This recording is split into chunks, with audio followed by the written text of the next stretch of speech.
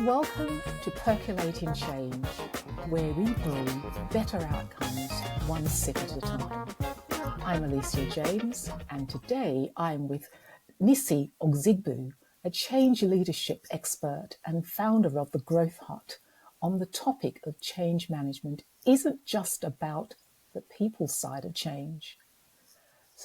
Nisi has over 15 years' experience in leading transformation across finance, government, life sciences, consulting, and non-profits, always with a systems thinking and human-centered approach. Within the next 10 minutes, Nisi will cover one challenge to watch and one thing she would do differently. Nisi, give us your one-sentence hook to set the coffee table. Change management is so much more than just the people side of change. That's a myth that's been perpetuated for as long as there is. Yes, correct. I agree. Who is this for, Nissi? Who is this for and why now?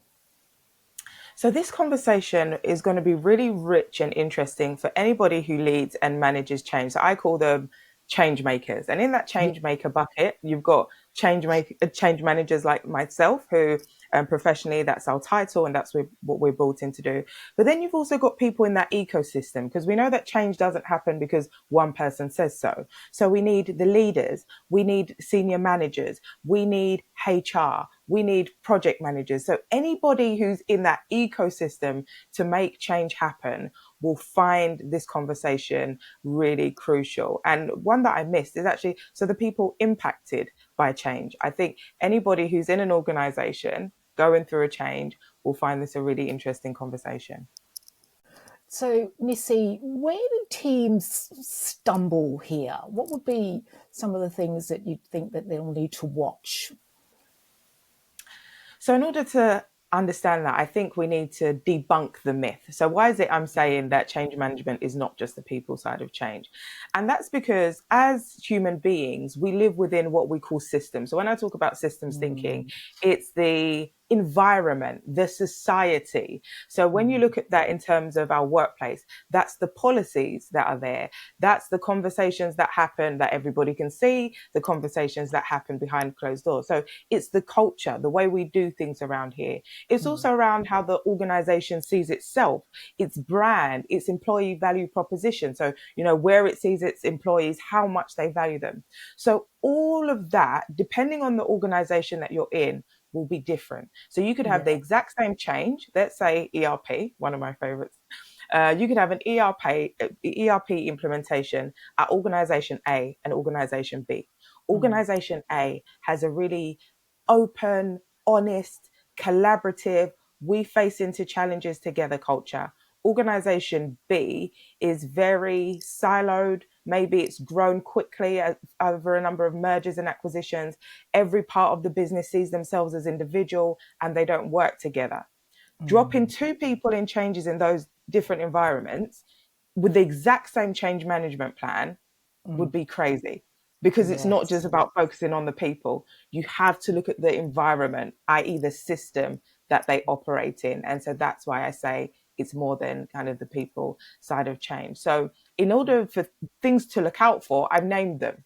You need to look at the culture, stop and look around. We're introducing this change. Actually, what is the norm for the people being impacted by the change? How is this change going to impact their behaviors and the mindset? ERP is a great example for me to use, actually, because the whole point of ERP is, so now we're centralizing data, we're centralizing processes. In organization A, the one that's cohesive and collaborative, that's not going to be a problem because that's the way they already work. Organization B, however, that means you're taking people on a whole kind of mental journey of actually, no, you're not separates anymore. You need to come together. Otherwise, this ERP isn't going to work. So that's the number one thing to kind of look out for. That's where people stumble, where they just kind of blindly focus on the people and not look around at whoa, but what environment are people functioning in? Yeah, I love that. That's a really good explanation, actually. The organisation A, who already understand their own environment and work collaboratively, as you said, and cohesively, no problem. But organisation B, who are not used to working in that way, it would be quite a painful, traumatic experience. So, do you have an example that would, and I think you've probably provided that, but do you have a second example that you can share? Yeah. And I think another way to look at it, let's take it away from organizations and let's say leader A and leader B. Because oftentimes, as change management professionals, as project managers, it's not the whole organization we'll be talking to at once. There's certain key people that who will be leveraging to help us form this change. So let's look at leader A. Leader A is the one who has, helped make organization A what it is. So leader A is very self-aware, very open to feedback, very mindful of what's also going on in the world. So leader A is also familiar with social media and therefore understands that we're now in an environment kind of globally where we expect leaders to walk as they talk. So therefore, leader A goes out of their way to kind of share their ethos, who they are, is very active on their intranet, very active on LinkedIn. So their teams feel like they know them, feel like they can trust them. And therefore, when leader A is announcing things, their organization isn't feeling like, whoa, where has this come from? I don't know where their mind's at. Because leader A is in constant conversation via social channels with their people. Organization B has a leader who sees leadership as I tell, you do, is very hierarchical. Because of my role title, I demand respect. There's nothing that I have to do to earn it. They never post on intranet. You know that all of the comms that comes out from them is official, i.e. not written by them, it's written by the comms team. So nobody in the organization actually knows what leader B stands for. There's a massive kind of emotional gulf between leader B and the organization. So again, you're announcing, these two leaders are now announcing change. Leader A immediately has the trust of their people, immediately has the trust of the change manager. And because leader A trusts the change manager, there's inherited trust from the organization. It's just like if you were to introduce me to your best friend and be like, this is somebody that I know, that I trust, immediately my guard is down because I'm actually, Alicia knows this person. Great. Yeah. Leader B, on the other hand, this is your change manager. Leader B, we don't even trust you. Why are we going to trust this stranger who you've brought in to lead through change? And then there's that knock-on effect. There's that ripple. So every way that you look at it, whether it's an individual or an organization, the context that they kind of live and they walk and they talk will impact on how change is received or not and what happens next. Yeah. It's how visible they are and how they use their visibility. You're so correct in that. And just as a side, I mean, I love watching you on LinkedIn because, over the 12 months I think I've been watching you, I've gotten to know you because of your consistency and in what the messages that you spoke about, the things that you say, your thought leadership. So therefore, I can absolutely, it resonates with me. If people are not going to communicate with their teams and they get, as you say, they're not even in the current world where, we're all on social media, it's going to be dire. So if someone was to start tomorrow, what are 1 to 3 practical things they can do to make sure they're on an upward trajectory with this? Yeah. So anybody leading change, these would be my 3 tips for anybody leading change. So whether you're a change manager, whether you're in HR and you wear the change manager hat, or you're a people leader and you wear the change manager hat, and senior leaders. So that's who I'm directing this at. Number 1, take a look around. Look at what your peers are doing globally, because now we're not just being compared to people within our organization. It's a global stage. So you might think, oh, but for my organization I'm great. But if your organization is functioning primarily from the 1960s and you're aware of that, why would you compare yourself forgive me for saying this, but to the bottom, you know, Mm. look up, look around and see what the best are doing and make that your standard. So just take some time to look around, research other people in your field. What are other change managers doing? What are other leaders? What are other senior managers doing? What does good look like? Secondly, I'd ask you to do a gap analysis, an honest one. Where am I now? How do I present? And where do I want to be? Because I'm very much also about kind of ethical leadership. I'm not asking you to fake it until you make it. I'm asking you to take a really honest look at kind of where you are, the kind of transformations and journeys you want to take people on, how you want to be able to support them, and what you need to do to be able to close the gap so that you're able to show up kind of authentically and supportively. And the reason why I'm kind of banging on at this point is because if you're not kind of true to yourself and taking an honest analysis, it's not going to be sustainable. And I don't want you to kind of work yourself up and deplete yourself emotionally and mentally. That's not the aim here. We all want to enjoy our jobs. We all want to thrive. Change takes its toll on everyone. And I don't want you to add another burden via pretense and wearing tons of masks because I heard Nisi say, I need to show up on social media, therefore I'm just going to do it. No, really think about what that looks like for you, what's feasible, what's authentic. And finally, start making a plan for that. And I would say commit to one thing that you can do to shift that dial. So you might be a leader in an organization who schedules one-to-ones, but always cancels them. So your one thing might be, no matter what, I'm going to stick to my one-to-one commitments, because even if that's the only conversation point I'm able to stick to now, I'm going to. Or you might be a change manager and you might be thinking, actually, at the moment, I've had this very black and white view of change where I'm just looking at engagement plans and people. It doesn't matter the environment. I'm just going to make this plan. I know it worked before, it will work now. So your thing might be, actually, I'm going to stop and I'm actually going to take time to listen properly in conversations to understand the environment that people are working in. You know, so it can be a very small step just to help you take a temperature check of where you're at and look at what good looks like going forward and commit. You know, the number one thing that we can do, change is a constant, right? And people are feeling so kind of off kilter. Nobody has something to hang their hat on, but let people hang their hat on your word. You know, do what you will say you will do would be my number one. And that's where this gap analysis, as you said, I like how you frame that actually, and because we're not all the same and we're not all perfect. So taking that, having a good hard look and seeing where we would like to be, where we currently are. And that makes us more relatable and make us more likable because we're all human. Yes.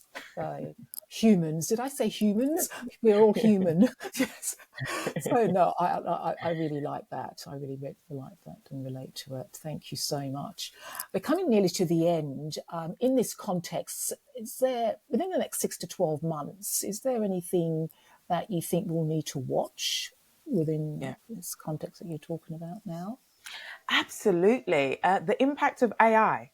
So actually, the great thing about AI is it's forcing us to become more human, you know, because the tech is taking some of that repetitive burden of tasks, which means that we have more value add time. Can I just interrupt you and say, I love that. You're the first person that said that.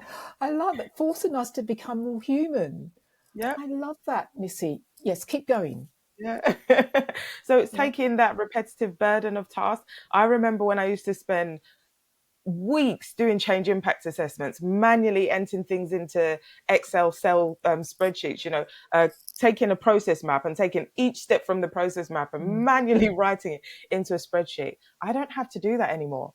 That frees up time for me to go and really engage with the people impacted by the change, really engage with the stakeholders, take time to do my own gap analysis. I'm always thinking about actually, where am I now? Where do I want to be? How do I close the gap so that I can better support people? And so in the next 6 to 12 months, instead of looking at the threat of AI, because I understand it's natural as human beings, we're constantly looking for safety, which means the first thing that we spot is threat. But I encourage you now to actually take a step back and think, okay, AI, it is going to disrupt the way that I work, but what's in it for me?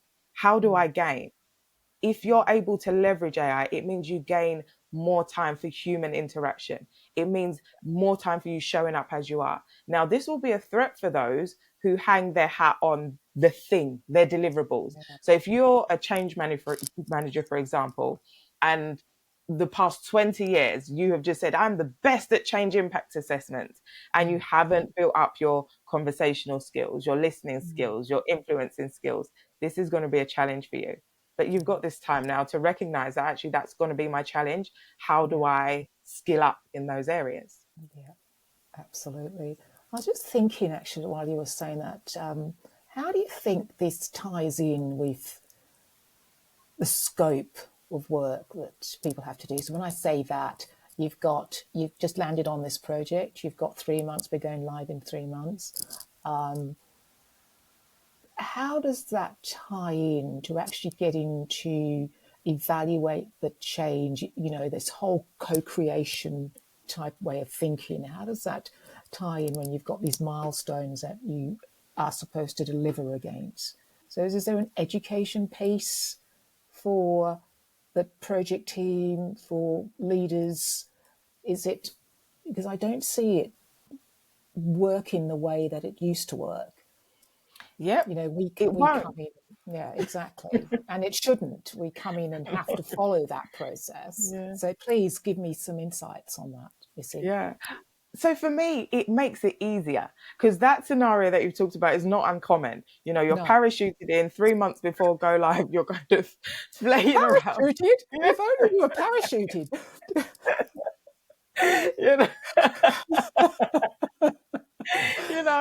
And you're kind of trying to find your bearings. But actually, the great thing about AI now is, and I always say this, if you are starting your change impact assessment or stakeholder analysis, or even understanding, like building a profile of a business from scratch. And by from scratch, I mean just by having individual conversations, and you're going into those conversations blind, you are working too hard and you're not working smart.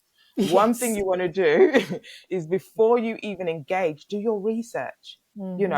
Use your AI agents. I will be working for a life sciences company started in 1980. This is the population size. What can you tell me about other ERP or people transformations that have taken place within? What are the strengths, weaknesses, opportunities, threats? What questions should I be asking in my stakeholder meetings? What are the watch? And you've almost been briefed ahead of your engagement.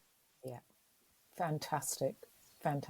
Using those AI agents is, using the this environment that we're in now sensibly, so that we are making our life easier, and we are more influential, more knowledgeable. Exactly. Why not? Yeah, absolutely. So thank you for that. So look, we're literally come to the end of our session, but I really want our users, my goodness, I'm still in change management land. I really want our viewers and listeners to be able to follow you, Nissi. You've got such a lot to share, such unbelievable insights. And I know that people will want to know where they can get hold of you, what you've got going on that they might be interested in. Please tell us. Yep. So the easiest place to find me is on LinkedIn, Nissi Ozigbu. And on there, you can get links to my website. There's 3 kind of flagship programs that I do. The Confident Changemaker program, which is a group coaching about you becoming more influential and persuasive and really strengthening your professional brand. It's leadership development specifically for transformation professionals or leaders in a loop of constant change. So there's that.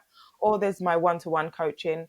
This is more for people in the kind of senior positions, or they're making a transition either from permanent to contract work or contract to individual consultancy. And they're like, how do I position myself in the market? How do I make use of social media? How do I make sure that in my in-person conversations, I'm positioned in a really strong way? And so I can partner with you one-to-one to do that. And third and finally is by working with you kind of corporately. If you've got a team meeting that you want me to take over and run a workshop, or doing specific modules for your learning management system so that your whole organization can watch me and learn about leading through change that way. I love that. And do you also host a seminar on systems thinking transformation? So that's embedded as part of my program. So if you join either the group or individual, you'll get access to that. Yeah. Fantastic. Well, thank you so much for this. I've really enjoyed this. I felt as though I've had a coaching session, so I'm feeling really good. I know our listeners and our viewers would have really had a great time. And I guess I want to just say thank you. And to our viewers, that's it for today's SIP on Percolating Change. If you have liked and enjoyed this session, please like and subscribe and look out for the next short episode. Thank you so much. Thank you.